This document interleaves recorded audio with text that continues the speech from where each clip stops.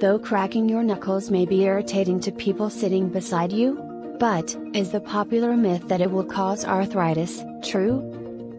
Well, research says, the crack is simply the popping of bubbles in the fluid that lubricates the joints, known as synovial fluid.